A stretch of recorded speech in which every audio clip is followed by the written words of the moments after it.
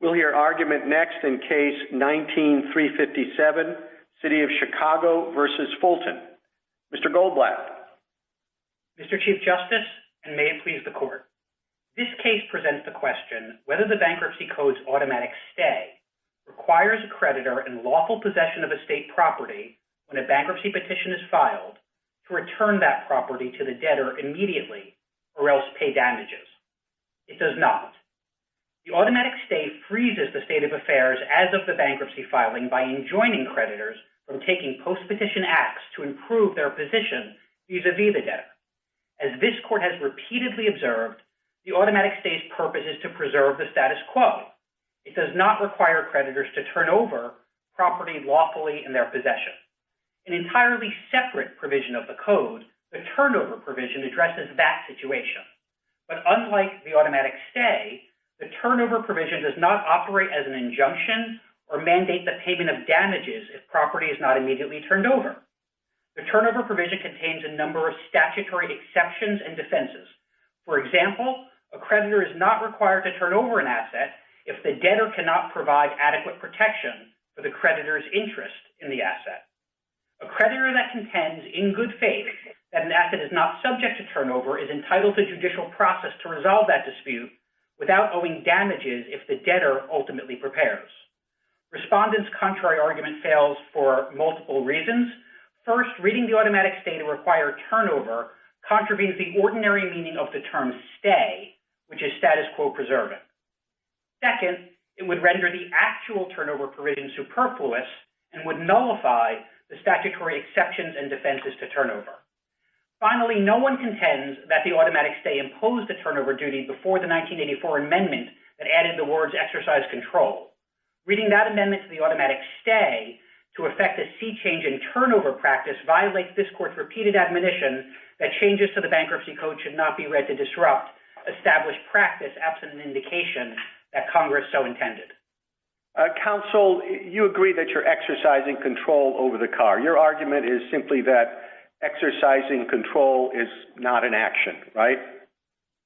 Mr. Chief Justice, we don't intend to, our position doesn't turn on fine distinction between action and inaction. Our fundamental position is that the entire statutory phrase, act to exercise control, is a prohibition on actions that change the status quo.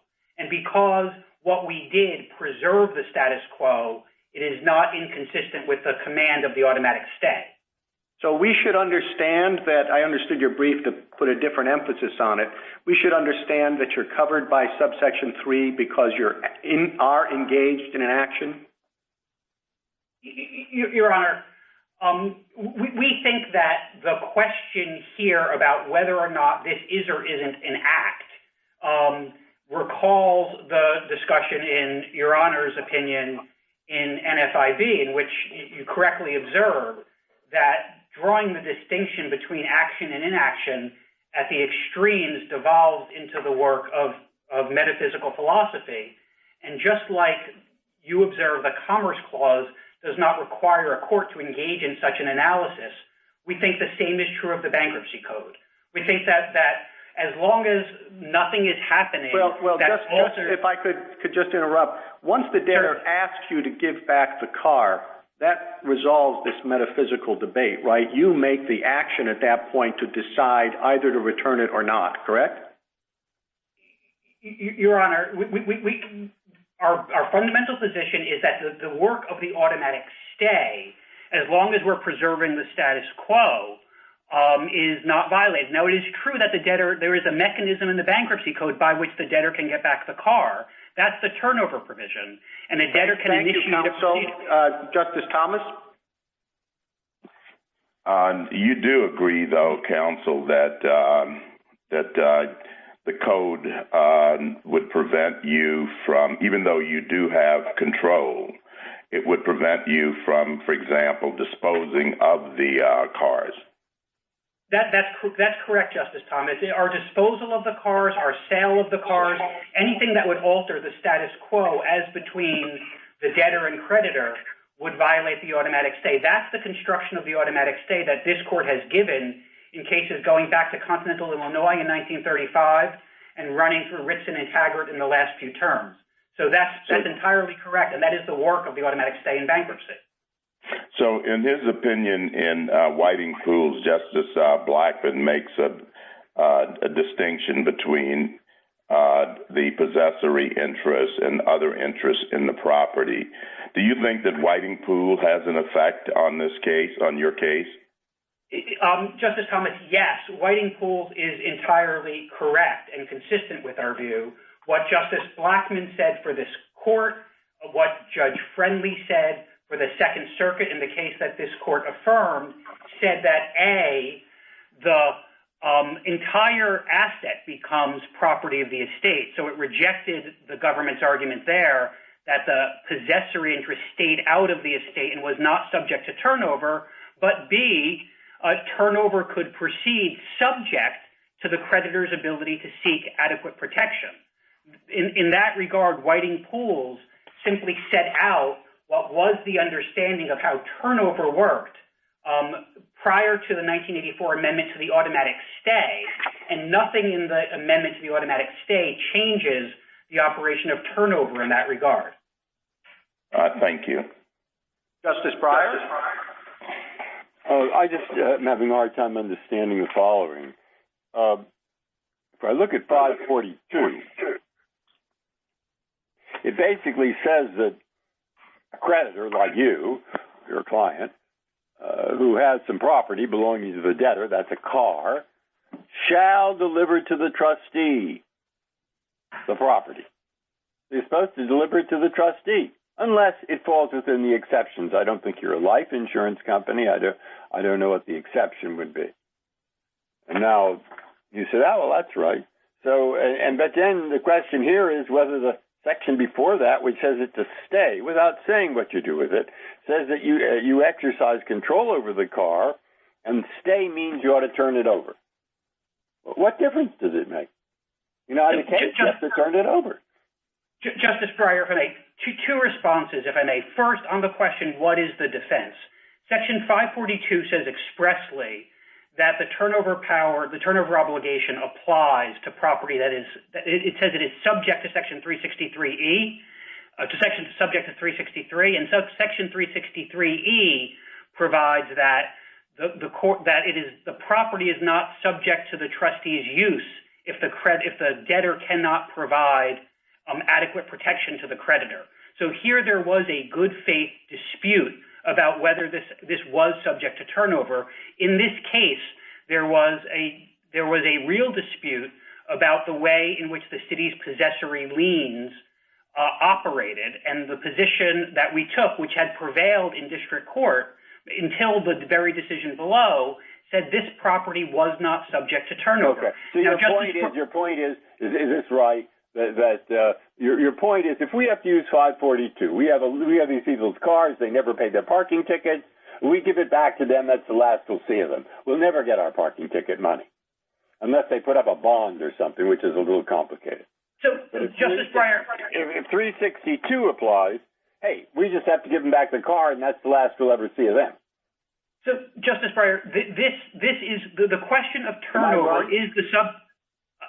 I think the answer to your question, Justice Breyer, with respect, is that the question of turnover is the subject of Section 542, and while that is a shall command, that provision doesn't contain injunctive language. And Justice Breyer, as you wrote for a unanimous court just 16 months ago in the Taggart case, where there is even in the discharge injunction context, where the statute does use injunctive language, where there is fair ground of doubt, a court will not resort to contempt to punish a party that exercises its rights in a position where it's taking positions in good faith. And that principle, Justice Alito.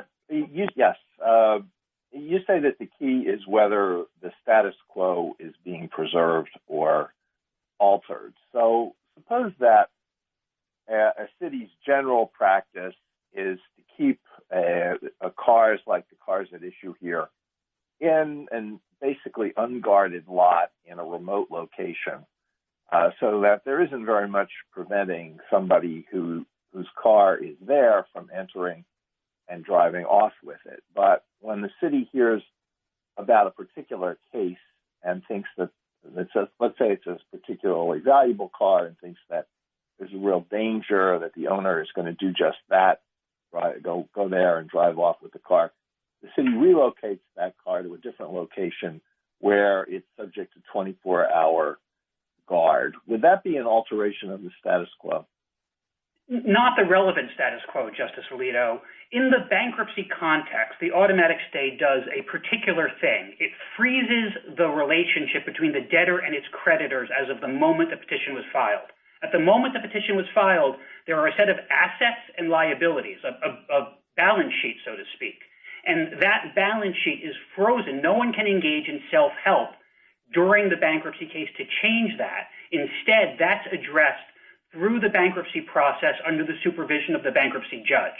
And if anyone takes any action to improve their position, that would violate the stay. Here, in your hypothetical, the car was held by the city as of the time of the bankruptcy. And as long as that remained the case, what the city was doing to preserve the status quo does not violate the automatic stay.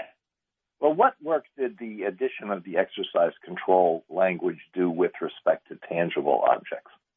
So, as I said in response to Justice Thomas's question, with respect to tangible property, if here the city had disposed of the car or had sold the car, those would be actions that would alter the status quo and violate the automatic stay. Okay, what does it do? Can you give me examples of what Congress might have had in mind with respect to intangible property when it added this language?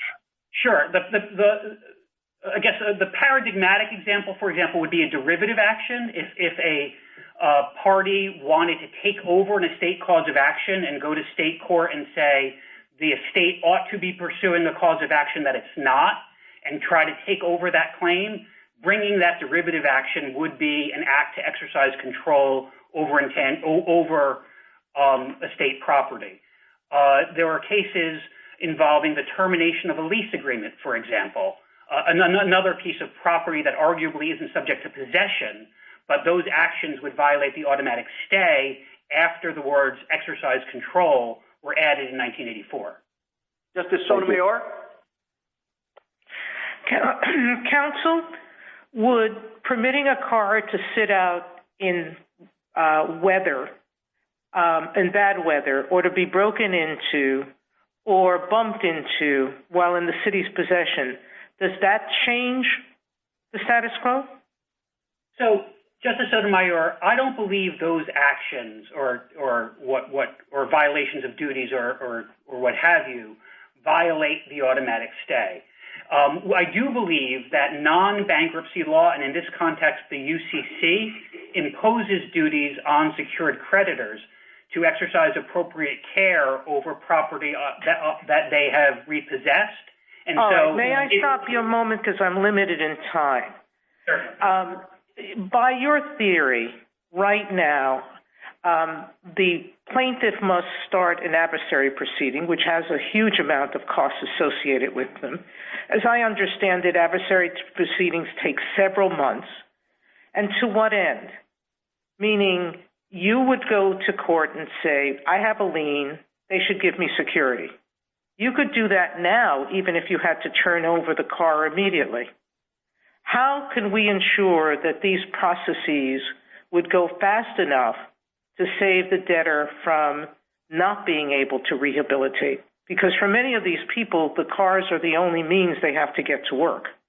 So, Justice Sotomayor, bankruptcy judges have ample discretion and, in my experience, exercise it quite wisely to set Well, they schedules. didn't in the council. I want to point out that it took weeks, if not weeks, after bankruptcy orders in these cases to turn over the cars for the city to respond. So, Justice Sotomayor, with respect, in this case, there was never even a turnover action brought, only an action for violation of the stay. In most cases, these matters are worked out pretty simply and consensually. But to respond to your sort of analytic question of, does the system work? It's a fair question, but the answer is yes. Bankruptcy courts have plenty of ability to move these things quickly, to set response dates promptly. and to ensure that to the extent there's a dispute about adequate protection, that gets worked out, and then the cars are turned over. But the city is entitled, a secured creditor is entitled to, for example, make sure that there's insurance so that if the car is destroyed while the debtor has possession of it, its security interest isn't lost. That's how this normally works, and it normally works quite well. Thank you, counsel. Justice Kagan?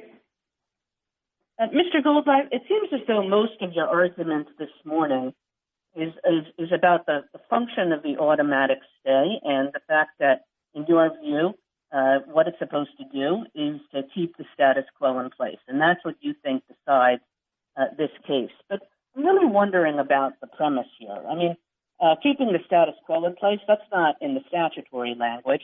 It is something that the court has said multiple times, and mostly it makes complete sense. But I wonder whether you're confusing a means and an end, that the real function of an automatic stay is to consolidate the estate so that it can be redistributed. Now, in most cases, consolidating the estate is going to mean keeping the status quo in place. But in this unusual circumstance, consolidating the estate means changing the status quo. And we should understand the bankruptcy code to accept that where that change is necessary to consolidate the estate. So, Justice Kagan, with respect, I think that analysis sort of jumbles different provisions of the bankruptcy code. We think that the analysis is that what Section 362, the automatic stay, does is preserve the status quo. Now, to be sure, the consolidation or marshaling of assets of the estate is work to be done in a bankruptcy case. We think that that Section 542, the turnover provision, is where that work is done. And Section 542 has specific exceptions and defenses, and there is an established way in which it works. After all, no one here contended that before 1984, when the words exercise control were added to the automatic stay, that the automatic stay did any of this work, but this was always, since the dawn of time, the work of a trustee in bankruptcy to marshal the assets of the estate for the benefit of its creditors. And the way it worked is that the turnover provision gives one the authority to come into court and say, you're holding my thing, may I have it, please? And if the answer is, I've got no defense, it should be turned over. And if there are disputes to be worked out, those are addressed by the bankruptcy court. The bankruptcy court resolves it and then issues an order directing turnover, which if a creditor fails to comply is punishable with contempt. And so that's how that work is done, but it's respectfully incorrect. Thank you, Justice Kagan. Justice Gorsuch. Good morning, counsel. I know your client's practice of holding on to cars is well established and highly controversial. But looking to the bankruptcy code, I guess my question for you is, assume we agree with you about the scope of 362, is there anything that would prohibit a debtor from seeking exactly the same sort of relief under 542 and 105? So, Justice Gorsuch, we think that the answer to that question is provided by the unanimous opinion of this court in Taggart just 16 months ago, where the court said that the discharge injunction, which is a statutory provision of the bankruptcy code that has injunctive language, unlike 542, that where there is fair ground of doubt about whether the action was a violation, that contempt authority is not available. We think it follows a fortiori. If a statute that has injunctive language can't be punished with contempt or damages where there's fair ground of doubt, then it must follow that 542 also isn't punishable by contempt where there is fair ground of doubt. Now, if there's not fair ground of doubt, if there's just bad faith conduct where someone says, I know 542 requires me to turn this over to you, I just don't feel like it, come and get me. Whether sanctions could be awarded in that case raises a different and harder question not presented here, but there is no question that that is all about the scope of 542, and the question presented by this case is whether Section 362, the automatic stay, essentially allows an end run around all of that, avoiding those questions, skipping over the defenses, and providing an automatic claim for damages, attorney's fees, and in some cases Counsel, I'm sorry to interrupt. Our time is very short, and I would appreciate maybe a shorter, maybe even possibly a yes or no answer.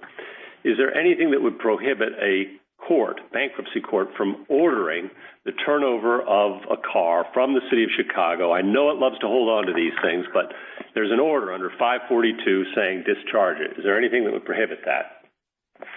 No, the one-word answer is no. The maybe five-word answer is that's exactly why 542 actions are brought. Justice Kavanaugh? Thank you, and good morning, Mr. Goldblatt. Just to focus on the text, again, if you're holding property of the state, aren't you acting to exercise control over the property? Justice Kavanaugh, our view is consistent with this court's long line of jurisprudence that isn't the type of exercise control that is prohibited by the automatic stay. The automatic stay is, and one way of thinking about just in ordinary language, though, if you're holding the property, you're acting to exercise control. Just ordinary language. You're exercising control, but the language stay, which stays acts to exercise control, isn't violated. Okay. Second, you said, I think, that the system is working well here, the way under your interpretation, but the ACLU brief and amicus brief and others suggest that at least what Chicago is doing is seizing cars. People have to declare bankruptcy to get their cars back. They can't get their cars back to get on their feet to get to work, which they need to work to enable their debt repayment. If the goal of bankruptcy is fresh start, according to this brief, Chicago's system is thwarting that, making the Northern District of Illinois a leader in the country in non-business Chapter 13 bankruptcy filings because of what Chicago is doing. Just want to give you a chance to respond to that. Sure. So 2 points, if I may, Justice Kavanaugh. We understand that the ACLU disagrees with the city's policy judgments regarding how to enforce its parking laws. For what it's worth, since the time of the events at issue, there have been some changes to those policies made by the city council, which we respect as the proper body to make policy with respect to parking enforcement. With respect and traffic enforcement. With respect to the way Chapter 13 works, what actually happens in many of these cases, Chapter 13 is designed to permit a debtor to maintain their property while coming up with a plan to repay their creditors. In light of the Seventh Circuit's rulings here, the practice has grown up in Chicago where people file for bankruptcy not with any intent to complete a 5-year plan to repay their creditors, but simply as a device to get their car back, get sanctions against the city, and thereafter dismiss their cases. And so Thank you, our position is you have about a minute to wrap up. Thank you, Mr. Chief Justice. We think the clearest answer to the questions this court has raised are likely set out in the D.C. Circuit's decision in Inslaw. The critical language is there on page 1473 of volume 932 of F. Second. There, Judge Stephen Williams made 3 points. First, the automatic stay operates to preserve the status quo, quote, to make sure that creditors do not destroy the bankruptcy estate in their scramble for relief. Second, because willful violations of the stay subject creditors to compensatory damages, costs, and attorney's fees, it is, quote, difficult to believe that Congress intended a violation whenever someone already in possession of property mistakenly refuses to capitulate to a debtor's contention that the property is subject to turnover. And third, the statutory defenses to turnover, quote, underscore the improbability that Congress would have intended the automatic stay to impose its own turnover obligation, since that would create a, quote, kind of universal end run around the limits of turnover. He had that exactly right, and for those reasons, the judgment below should be reversed. Thank you, counsel. Ms. Sinzdak? Mr. Chief Justice, and may it please the court, Section 362A.3 is most naturally read to preclude acts to gain possession or control over a state property. Accordingly, a creditor may not repossess a debtor's vehicle herself, nor may she act to exercise control over the vehicle by directing a tow company to take the vehicle to the company's lot. Respondents assert that Section 362A.3 should also be read to compel turnover. that reading is foreclosed for at least two major reasons. First, Section 362 imposes a stay, and the term stay denotes a command to preserve the status quo. Section 362A3 therefore cannot be read to compel a creditor to alter the status quo. Second, if Section 362A3 is read to require a creditor to deliver property to the debtor, it will effectively override the exceptions to turnover in Section 542. This court rejected such a reading of the automatic stay provision in Strump, and it should do the same here. Counsel, I want to try to get a better handle, at least for myself, on what's at stake here. The creditor is not going to be liable for any sanctions if he doesn't know about the bankruptcy. And if he does, at that point, he's under obligations to turn over the property. He's got protections, as you just said, under 542, but the respondent says that he can also get protections under, I guess it's 363. So what difference does it make as a practical matter whether you proceed under the stay provision or under 542? One difference is that Section 542 has exceptions to turnover. For example, a creditor does not have to turn over property that is of inconsequential value or benefit to the estate. So if, for example, the IRS has repossessed property and its tax lien on the property greatly exceeds the value of the property itself, it may be permitted to keep that. But under Section 362A3, it refers only to property of the estate.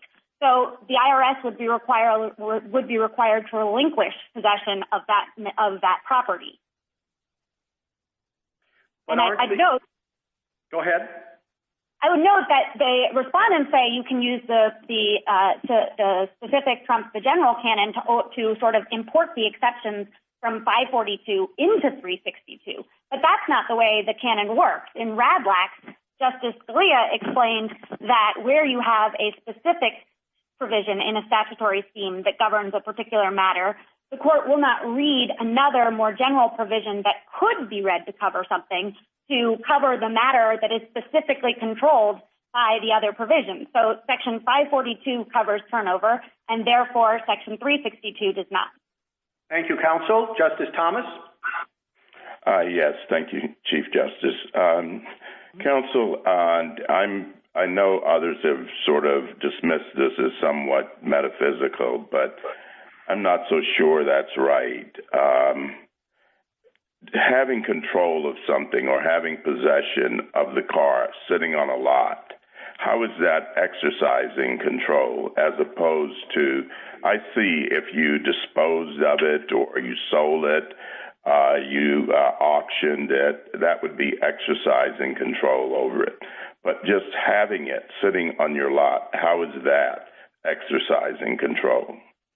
I think that's exactly right, Justice Thomas. I think that when Congress used the phrase an act to exercise control, it was contemplating some affirmative act.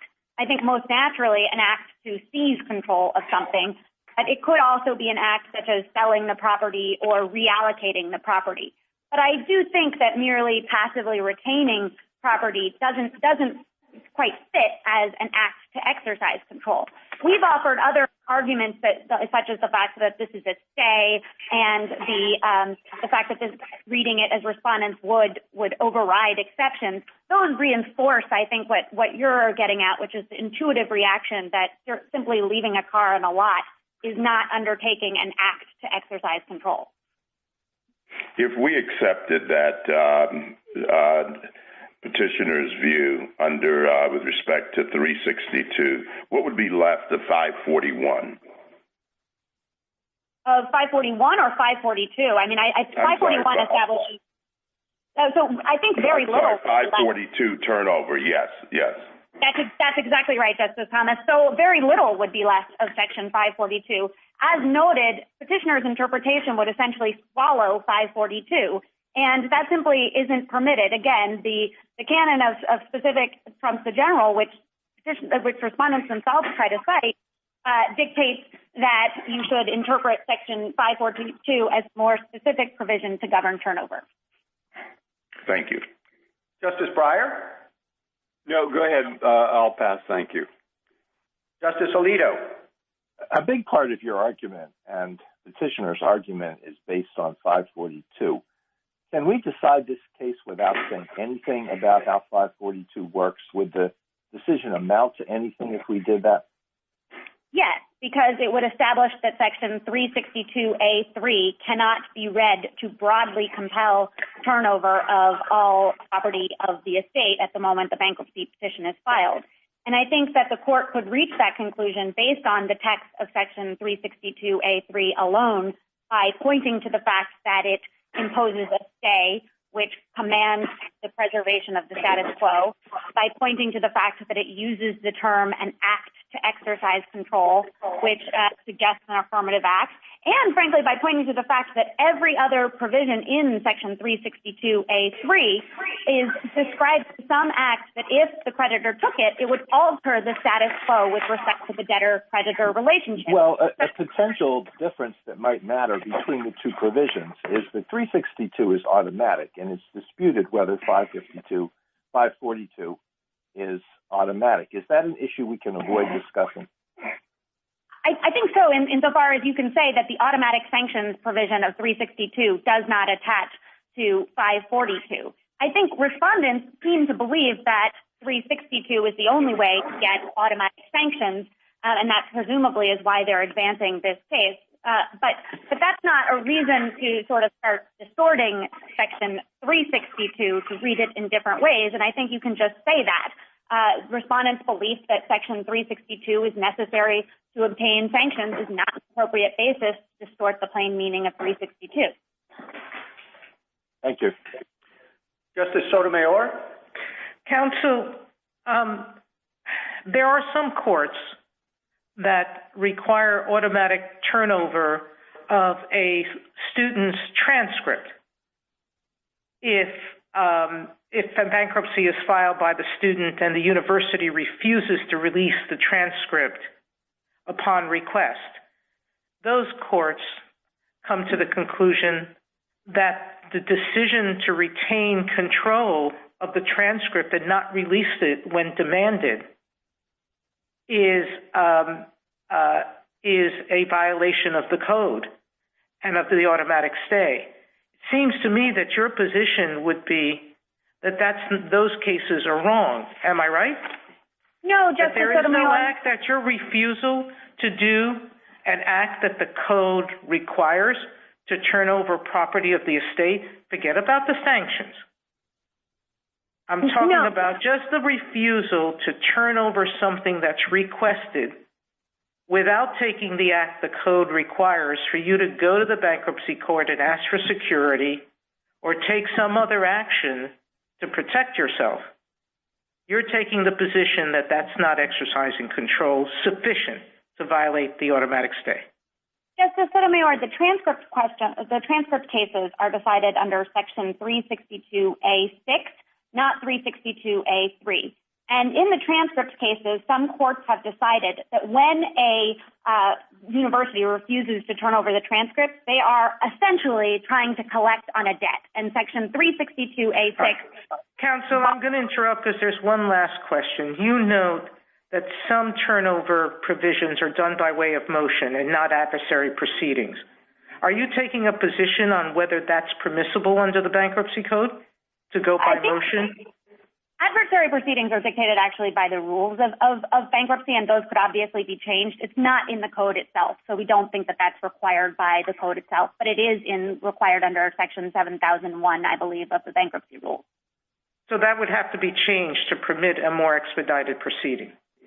That could be changed. I would also say that bankruptcy courts have the ability, so if they're getting somebody initiates an adversary proceeding and the creditor has only completely frivolous defenses to turn over, that adversary proceeding could be decided very, very quickly. And in fact, the creditor who has put forward frivolous defenses could be subject to sanctions, for example, fee shifting. So I think that even the existing system is sufficient to cope with the circumstances. Thank you. Justice Kagan? Ms. Sinzdak, I'm wondering whether you would respond to a different set of intuitions about what this text means. So two of them. The first is that stay just really means stop stay your hand means stop doing something. And the second, on the question of exercising control, is that when I retain property that is the debtor's and that the debtor wants back, I am exercising control over that property. So why doesn't the text, in fact, lean the other way? I think those two questions are actually interrelated. So the term stay is, of course, part of the operative text of 362. And I do think there's a meaningful distinction between Congress using the very specific language that filing a bankruptcy petition will operate as a stay, and Congress merely barring a particular act.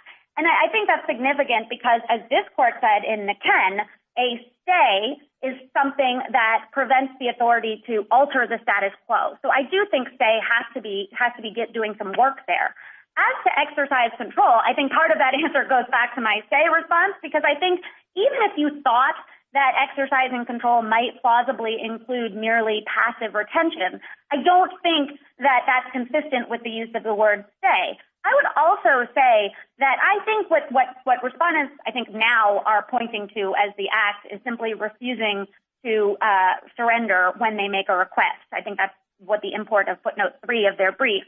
And I think that really doesn't seem like an act to exercise control. That seems like a refusal to undo a pre-bankruptcy act to exercise control. They want to undo the pre-bankruptcy seizure.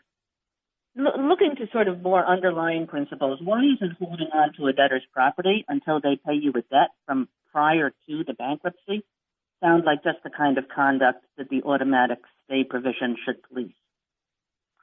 I think that if you were hanging on to the property to use it as leverage to encourage debt collection, then you might be violating Section 362A6. But I don't think that the automatic stay provision is designed in any way to increase, improve the status of the debtor. It's merely designed to preserve the status quo. Now, there are other provisions that do improve the status of the debtor, like 542, like the avoidance provision. And I think in Whiting Pools, the court sort of looked at all of those grouped together as things that do give the debtor a slightly better, put the debtor in a slightly better position post-bankruptcy. But the automatic stay preserves the status quo. Thank you. Justice Gorsuch. Good morning, counsel. We've discussed 542, and we've danced a little bit around 362A6.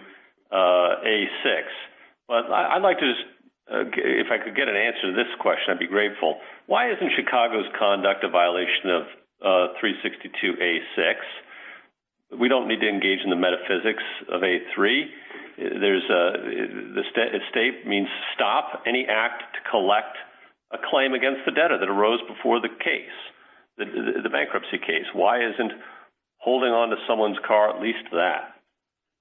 The Seventh Circuit held that it didn't need to reach that question. I would just, the government isn't taking a position on the specific facts, but I would note that merely retaining property is not always an act taken to collect a debt. For example, in Whiting Pools, the IRS had seized property, and they weren't trying to get the debtor to pay them back. They actually just wanted to sell the property and get whatever money they could.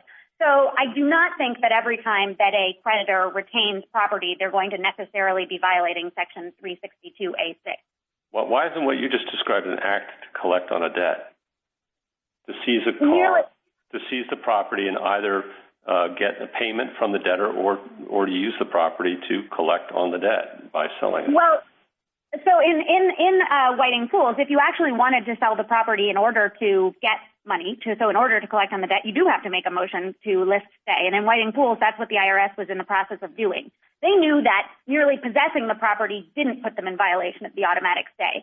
But then they wanted to actually sell it, and they worried that would, in fact, collect on a debt or perhaps realize a lien. And so they were making the motion to lift stay. And it's at that point that all of the questions kicked in about whether actually they were compelled to turn it over. Why isn't just possessing it? I guess we're still dancing around it, but why isn't merely possessing it with the intent to do one of those two things that we just talked about?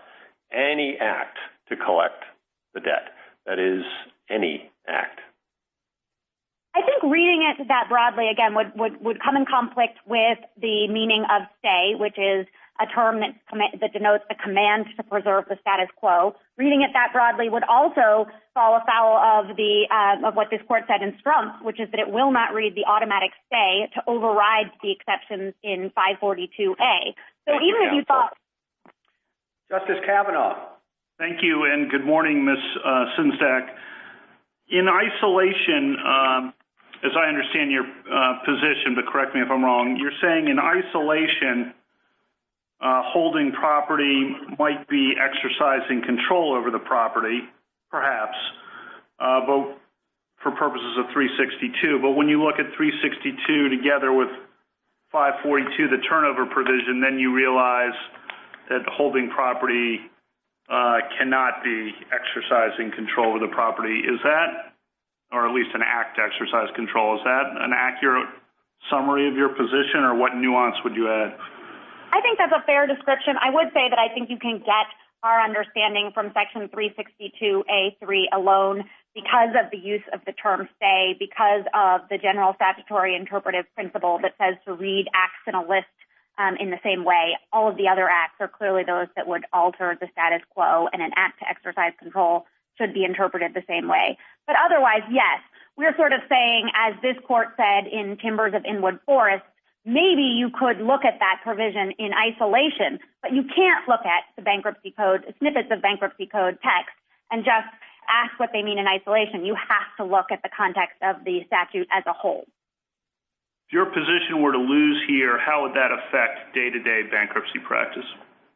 It would put a lot more pressure on creditors to surrender property where they believe that they have fair defenses to turnover under Section 542. So again, the IRS, if it has to fear automatic sanctions under Section 362A3, might feel more pressure to surrender property even when it believes that it is clearly covered by the exception for property of inconsequential value or benefit.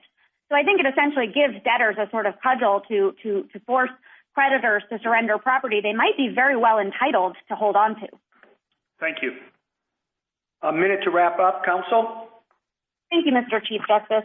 I would just reiterate that read in full, Section 362A3 is best interpreted to prevent acts that would alter the status quo with respect to the possession or control of estate property. Reading the automatic stay as respondents proposed would ignore the plain meaning of the term stay. It would override the express exceptions to turnover in Section 542A, and it would be at odds with the well-established role of the automatic stay provision in the bankruptcy scheme. Thank you. Thank you, counsel. Mr. Wedoff. Thank you, Mr. Chief Justice, and may it please the court. These cases present a single question.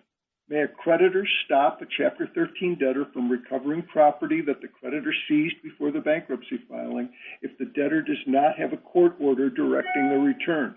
For three reasons reflected in the court's questions today, the creditor may not prevent recovery of the property. First, the automatic stay in Section 362A3 of the Bankruptcy Code provides that a creditor may not act to exercise control over a debtor's property. The critical language is exercise control. Unlike action to obtain possession of property, a future event that the stay also prohibits, exercising control over property is ongoing action, and the stay expressly stops it. Second, the automatic stay works together with the turnover provision in Section 542A of the Code, which commands that any party holding estate property shall deliver it to the trustee or debtor. This provision operates automatically with no requirement that the debtor obtain a court order mandating compliance. Third, the automatic stay and the turnover provisions support a major purpose of the Bankruptcy Code, to place all estate property under the court's jurisdiction and allow the trustee or debtor to control the property from the outset of the case. This court recognized in Whiting Pools that an effective reorganization of a business or individual will not likely succeed if creditors can withhold estate property to get better treatment for themselves. The automatic stay protects reorganization. It allows greater payments to all creditors by preventing any one creditor from withholding the debtor's property. Until 2016, the City of Chicago complied with the code, returning seized cars when debtors requested. When the city changed its policy and refused to return my client's cars, it acted to exercise control over them. a direct violation of the automatic stay, as the Seventh Circuit correctly held. Counsel, the basic question here is when an entity exercising control over the property of a debtor has to turn over the property to the estate. Now, why wouldn't we look to the section of the code entitled Turnover of Property to the Estate to figure out the answer to that question? I think that that section, Section 542A, works hand in hand with the automatic stay in Section 362A3. So, yes, we do look at 542A, which tells us that as of the outset of the case, there's a duty to turn over, but 362A3 enforces that obligation. And what we have argued is that it arises when the debtor requests the return of the property.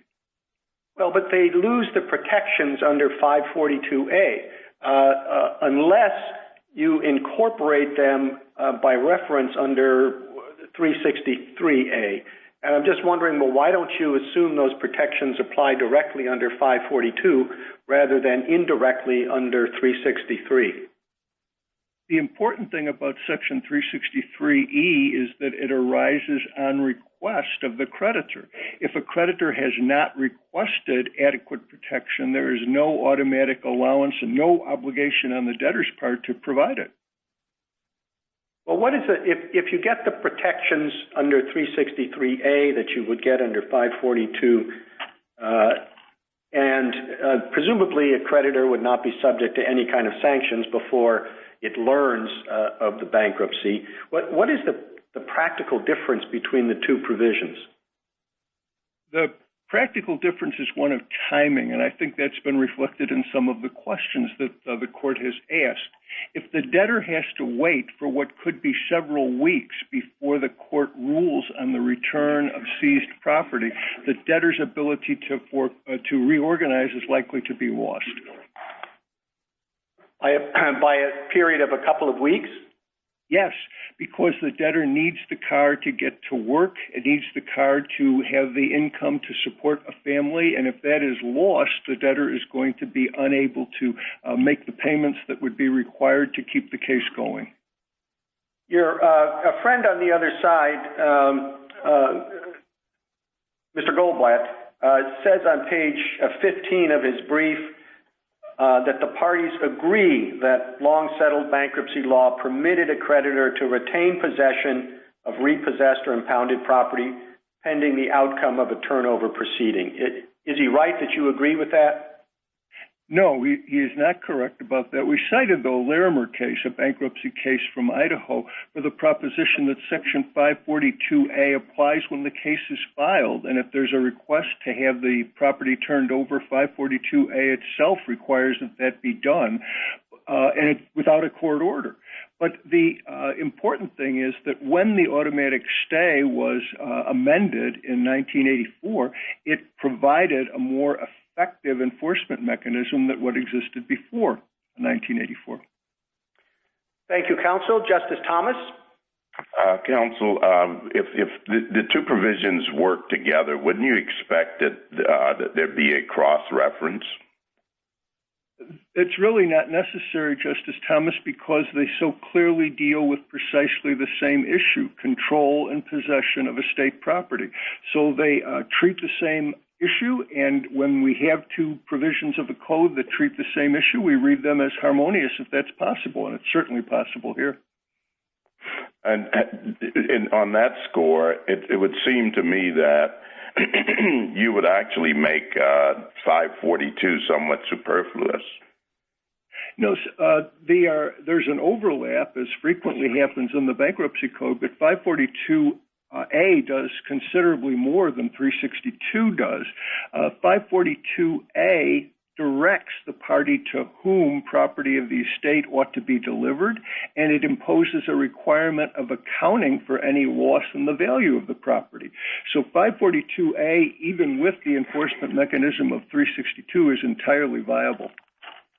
So you said that, or at least that's, I think I heard, that you say that there's the difference between proceeding under 542 versus 362 is a matter of a couple of weeks.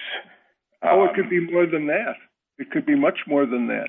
If the creditor said you have to demonstrate adequate protection and there was a question about whether the value of property was sufficient to provide adequate protection to a creditor, it could involve expert witnesses, discovery, and a proceeding that went on for many weeks. I'm still interested, and I know this is, as I've said before, this is deemed to be somewhat metaphysical, but I'm still having a problem seeing that merely having a car on an impoundment lot is exercising control over it. I understand if the city wanted to dispose of it, to auction it off, that would be exercising control over it, but merely passively holding it. Would you explain to me again why that is exercising control? Yes, Your Honor. The question arises when the debtor asks for return of the property. At that moment, the creditor has a choice. Either the creditor turns the property over or the creditor continues to hold that property against the ability of the debtor to obtain it. And that holding of the property against the debtor's wish to have it turned over is an exercise of control in the ordinary meaning of the words. I see that it would be exercising control if the creditor or the city actually delivered the property. But if the city passively said, look, no, we have it, we're not going to go to the effort of delivering it to you, I don't see how that is anything more than passively holding property rather than acting to exercise control. Your Honor, if you imagine the debtor with a key to the car coming to the gate of the impound lot and trying to get in so that the debtor can drive the car away, I think it would be clearer that there's plainly an act to exercise control as the debtor is prevented from gaining access. Thank you. Justice Breyer? Thank you. I think see my questions as trying to clarify what the Chief Justice asked, where I tended to have the same questions. I'm having a hard time figuring out what the difference is between the two sections. If you're right, and a creditor has some property like a car, you say 362 says, turn it over immediately. And if you don't, you're going to be in trouble. And 542 says just the same thing. 542 says, shall turn it over. Then there's some exceptions in 542. But for the most part, you read those into 363, except I don't know what happens to life insurance. But and in both cases, I guess if you're right and the city needs protection, it can say, Judge, we're ready to give him the car, but please give us protection. And he could do that whether you're right or wrong. So I can't get the difference in my mind. Your Honor, the difference again is a question of timing.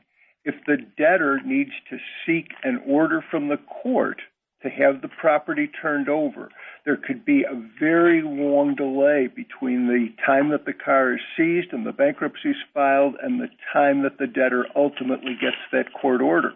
On the other hand, if there's a violation of the automatic stay, if the automatic stay applies, there's an immediate obligation. I see that, but I also say, isn't that counterbalanced in the fact that there's no other security?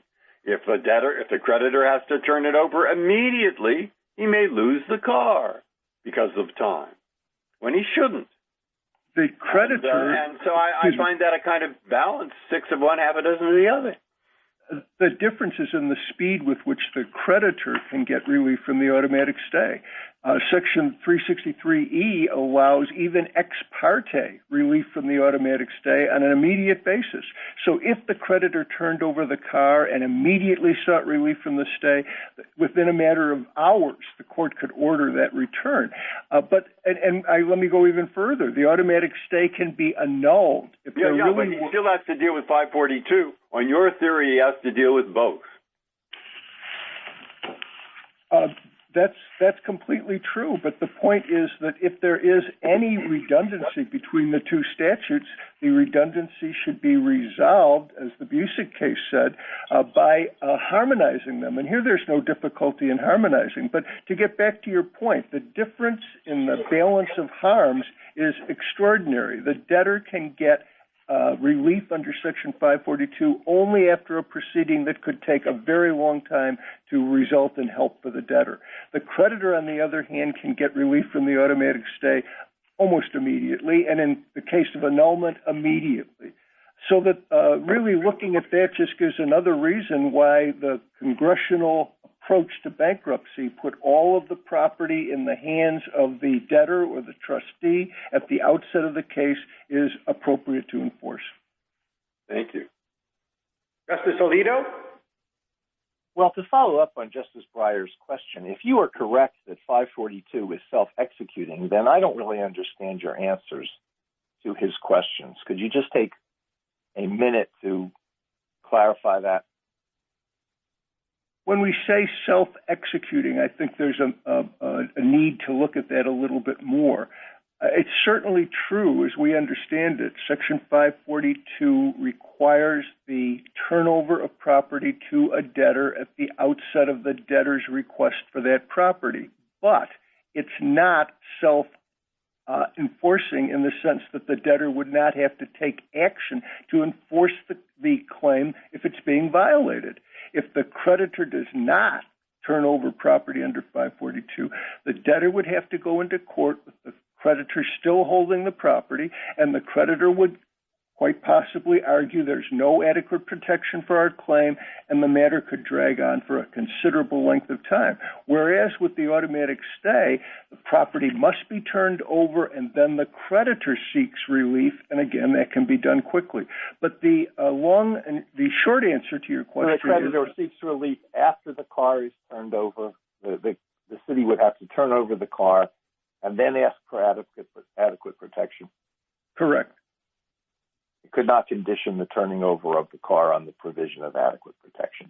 No, because that again invites long negotiation with the creditor having all of the leverage to achieve more than it would get. All right, let me ask you a different question. Before 1984, would a creditor's refusal to turn over property have violated 362A3?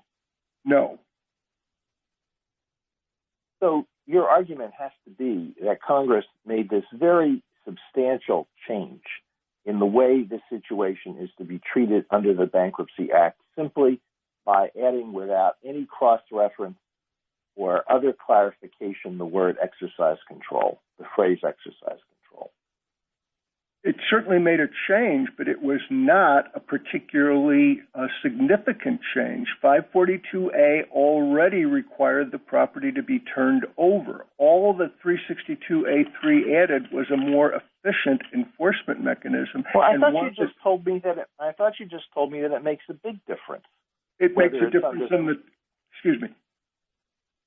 I thought you just said it makes a big difference whether it's under 362 or 542, and then you told me, well, Congress didn't need to do more than just add the words exercise control because it was no big deal. It makes a big difference in the effectiveness of the enforcement mechanism, but it doesn't make a big difference in the substantive obligation to turn over the seized property. It makes a difference, according to your argument, it makes a difference in the relative rights of creditors and debtors. And I don't know which is better as a policy argument, but I don't see how you can have it both ways.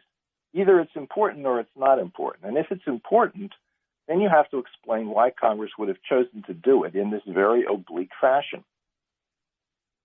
The difference in the enforcement mechanism is important, but the underlying substantive obligation was not changed. And the language in 362A3, as we argued from the beginning, could not be clearer. There is an obligation to cease exercising control over the estate property. And that requirement to cease exercising control necessarily means turning over the property to the party entitled to possess it. Thank you. Justice Sotomayor? Counsel, where in 362A3 do you see a requirement that the debtor has to turn it over only upon request? I thought under the terms of the automatic stay, the minute the bankruptcy code is filed, the bankruptcy proceeding is filed, the automatic stay requires immediate turnover in other situations without demand. Where do you get demand? Your Honor, this is a necessity of interpreting a particular provision of the code in context. It may very well be that a trustee or a debtor in possession does not want to have possession of the property. Trustees and debtors in possession are given the option of abandoning property that is burdensome to them. And, of course, the provisions of 542A are consistent with not turning over property of inconsequential value. Moreover, a debtor in Chapter 13 has the ability to allow the creditor to keep the property as satisfaction of the creditor's claim under Section 1325A5. Counsel, if I might interrupt, you're reading something into the provision. Why isn't it more natural to read 542 as controlling when there's been no active exercise of control? And that makes a debtor's request the acting principle. Under 542A, the trustee has to ask for the property. We don't have to make anything up. It's right there. There's nothing in Section 542A that requires any action by the debtor or trustee in order for that provision to go into effect. The question is, what is the mechanism for enforcing it? And that, of course, would require some action by the trustee or debtor. Counsel, getting outside the legal arguments on a practical level, what would have to be done? And I know we wouldn't do it. Congress would, or whatever appropriate bankruptcy committee would. What would have to be done to expedite this proceeding for things like cars in a way that doesn't give you everything you want, but provides a reasonable opportunity for a debtor, for a creditor like the city, to come in and ask for adequate assurances of protection? Well, Your Honor, of course, I believe that they have that right now and that there's no need. Counsel, I just asked you to go outside this. Assume I ruled against you. Okay, well, all right, not me, but the court, but you've lost your legal argument. All right. What would be your then next step in Congress or wherever is appropriate, and what kind of legislation to ensure the purpose I spoke about? Well, there could be language added to Section 542, or there could be language added to Section 362A3 that made it abundantly clear that the interpretation that we're proposing right now is the correct one. All right, you're not helping. Okay, thank you, counsel. Justice Kagan? Mr. Wedoff, the City of Chicago here and the SG2 argues that the only thing that the automatic stay provision is about is maintaining the status quo. So I just thought I'd ask, is there any other circumstance in which the automatic stay provision compels an action that alters the status quo, or is this one the only one in your view?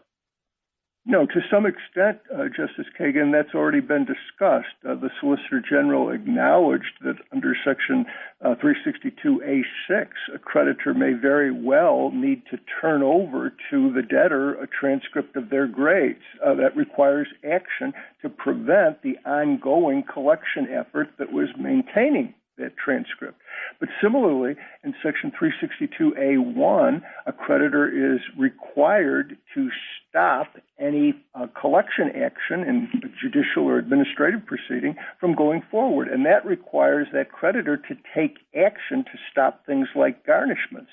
It's not enough for them to say, we don't need to do anything for the garnishment to go forward. We just allow that to take place, maintaining the status quo. No, they have to take action to stop the garnishment. And I think the underlying issue here is that the automatic stay is intended to prevent collection activity from going forward. Most of the time, that can be done by stopping any new action from taking place. But sometimes, as in this case, it requires the stopping of continuing action. And how about this? I take it that your argument is essentially that 362A3 becomes the enforcement mechanism for the 542 provisions, but is there another example like that where the automatic stay enforces an obligation that's imposed by another different provision of the bankruptcy code? Yes, there is. Section 521 imposes many obligations on the debtor, including the obligation to turn over property to the trustee. But the automatic stay enforces that obligation, and so it puts teeth into the 521 obligation.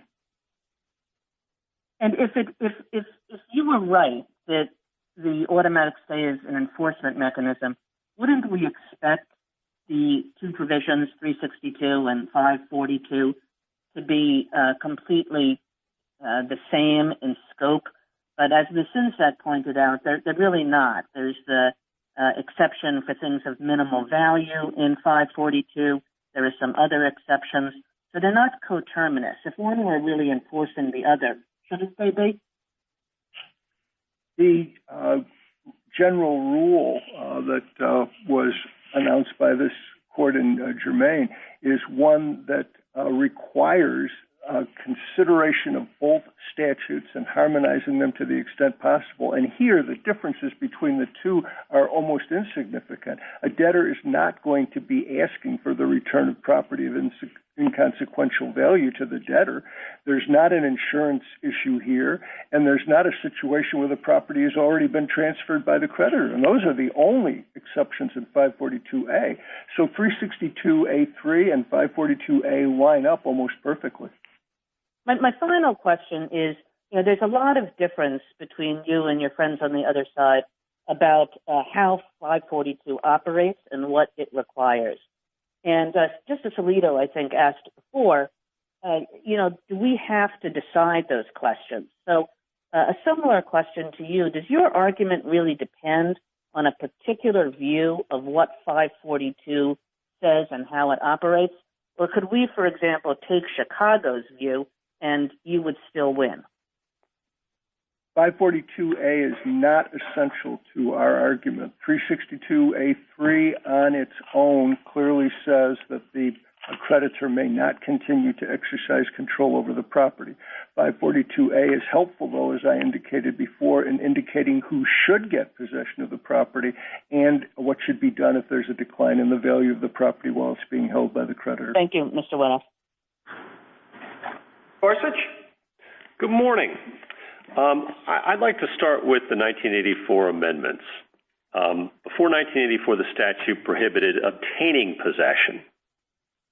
Yes. In 84, they added the or exercise control provision.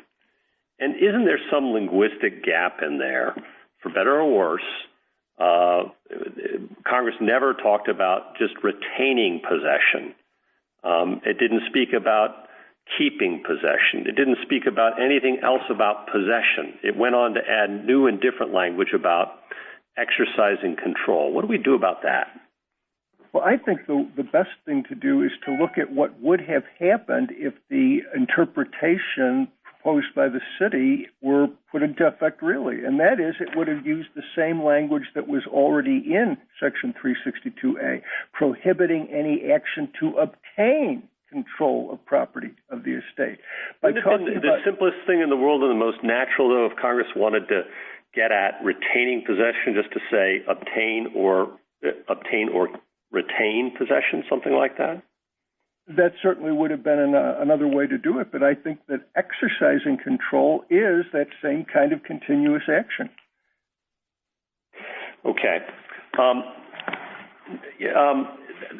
I'd also like you to address the point that nobody seems to think that it would be acceptable for the city to just simply abandon these cars.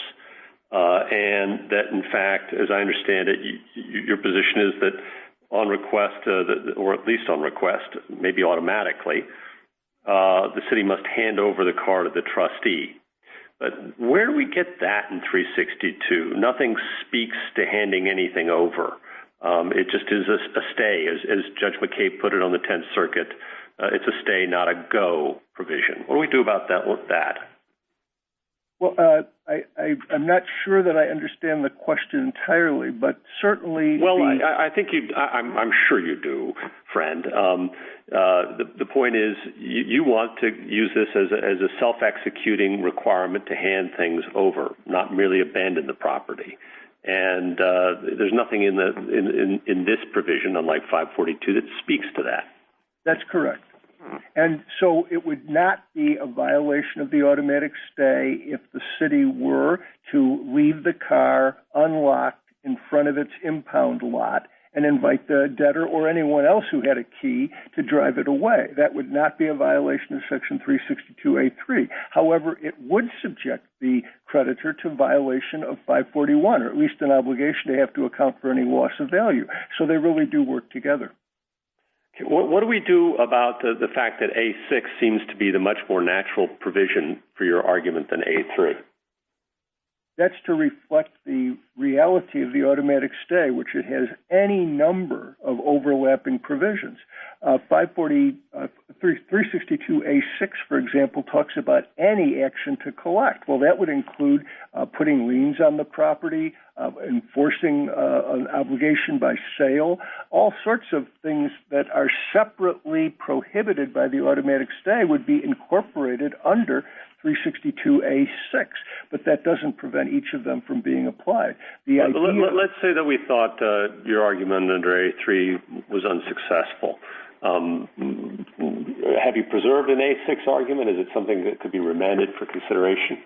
Absolutely. In fact, one of the cases that was decided, the Shannon decision, has expressed findings by the bankruptcy court that A6 was violated by the city. So in the event that the A3 ground of violation of the stay were not accepted by the court, A6 would certainly have to be something considered. Thank you. Justice Kavanaugh? Thank you, Chief Justice, and good afternoon, Mr. Wedoff. Just to follow up on Justice Gorsuch's questions at the beginning of the colloquy with him, the 1984 amendment, he made the point, and I think you agreed, it obviously would have been simple enough to put retain possession in there, or keep possession, as Justice Gorsuch said. Is your point that exercise control covers that and covers other things? Is that the nature of your response to him? I just want to make sure I have that nailed down textually. Exactly. That is precisely our position. And can you give the universe of things, or at least sample of things that are encompassed within exercise control? Well, among the things that would be encompassed is the exercise of control over intangible property, which is one of the things that the city has argued. And that's one of the things that's covered, but also the exercise of control over tangible property. Okay. Then I'm going to ask you the same question I asked the Assistant to the Solicitor General in thinking about debtors and creditors, and also the dedicated bankruptcy judges around the United States. If you were to lose this case, what would be the effect, in your view, on day-to-day bankruptcy practice in bankruptcy courts? It would make Chapter 13 much less effective, potentially, because it would put debtors in the position of not being able to recover property that's essential to their livelihood. And so Chapter 13 filings would decrease. But also, interestingly enough, I believe payments to creditors would decrease, payments to the other creditors who would be benefited by a Chapter 13, and even payments to the city of Chicago itself, because in Chapter 13, they would probably get more money in payment of their claim than they would get by having that car liquidated in their impound lot. Thank you very much. Thank you. Mr. Wedoff, you can take up to 10 additional minutes, and during that time, if any of my colleagues have questions they did not have an opportunity to ask, they can ask them during that time. Thank you, Mr. Chief Justice. I believe that the questions from the court today have spotlighted the underlying basic bankruptcy policy, which is that bankruptcy trustees and debtors in possession must be given prompt access to estate property. The automatic stay advances this policy by preventing creditors from acting against property of the estate. It prevents creditors who hold the debtor's property before the bankruptcy filing from acting to control that property while the case is pending. If the creditor were able to continue to exercise control over the property, the creditor would have leverage over the debtor. The debtor who needs the seized property would be willing to give the creditor better treatment in a Chapter 13 plan or make additional payments at the outset to avoid the delay that otherwise would occur. That kind of leverage in support of one creditor over the body of creditors as a whole is something that the automatic stay is directed to preventing. Counsel, I'm sorry. This is Justice Sotomayor. I don't understand that last point. If a turnover provision under 542 is would result in the debtor coming in and saying, I need the property to earn a living. Under 542, you can come in and say, I need security, or raise any other sorts of defenses that would delay the proceedings. You get to keep the property and deprive the other creditors of any possibility of recovery. So isn't the gamesmanship the problem here? Who's going to suffer the loss? To some extent, but I think the statute... But it's always the estate who suffers the loss under your theory, because the estate is not getting back an instrument for the livelihood of the debtor. Well, the estate is getting that back under the interpretation we've given, but again, the question really is, what does the statute say? And I want to raise the approach that was taken by Whiting-Pools again. And Whiting-Pools said, and I'm quoting now, Section 542A simply requires the creditor to seek protection of its interests according to the congressionally established bankruptcy procedures rather than by withholding seized property from the debtor's efforts to reorganize. So Whiting-Pools itself recognizes that this balance between the debtor's need to reorganize and the creditor's need to have the property is balanced in favor of the debtor while the matter is being resolved by the bankruptcy court. And again, the creditor can get very prompt relief from the bankruptcy court upon an appropriate. Then you believe a motion for the a motion instead of an adversarial proceeding would be adequate to get the property back by the debtor? Well, yes, because the motion can be brought to enforce the automatic stay. So absolutely. No, I'm not talking about the automatic stay. I'm talking about under 542. Could a debtor make a motion? The debtor could make a motion under 105A to enforce Section 362A3 and Section 542A, yes. And 542A. Okay. Thank you, Counsel. But what I wanted to conclude then is by saying that the rights of the creditor holding the property are protected by the automatic stay, but the creditor has to take the action to enforce those rights, and it can do it very quickly. The delay that the city would impose on the debtors and trustees would be fatal to accomplish the reorganizational purposes of the bankruptcy code. The Seventh Circuit's interpretation of the statutory language is not only correct according to its plain meaning, but correct according to that underlying bankruptcy code policy of encouraging reorganization. And so for all of those reasons, we believe the Seventh Circuit's interpretation is correct and its judgment ought to be affirmed. Thank you. Mr. Goldblatt, 3 minutes for rebuttal. Thank you, Mr. Chief Justice. Just a few quick points. First, Justice Gorsuch asked both of my friends about the role of 362A6 and whether any of these actions are prohibited as prohibited debt collection activity. I think it's important to bear in mind, as this court's opinion in Whiting Pools explains, that the Bankruptcy Code strikes a careful balance between the rights of secured creditors on the one hand and the rights of debtors to marshal the assets of the estate on the other, and provides specific rights and protections to secured creditors. And where a secured creditor is seeking to vindicate those rights by holding the property in order to maximize its recovery as a secured creditor, whether that's through adequate protection or the treatment of its claim under a plan, while in ordinary English one might call that debt collection activity, that isn't prohibited by A6. That's simply acting to vindicate the rights that the code provides. The Chief Justice asked my friend about whether we agreed about the pre-1984 conduct. I'd refer there to my friend's 2018 article in which he says that before the 1984 expansion of Section 362A3, if a creditor was unwilling to return collateral, the debtor would have to seek an order for turnover under Section 542.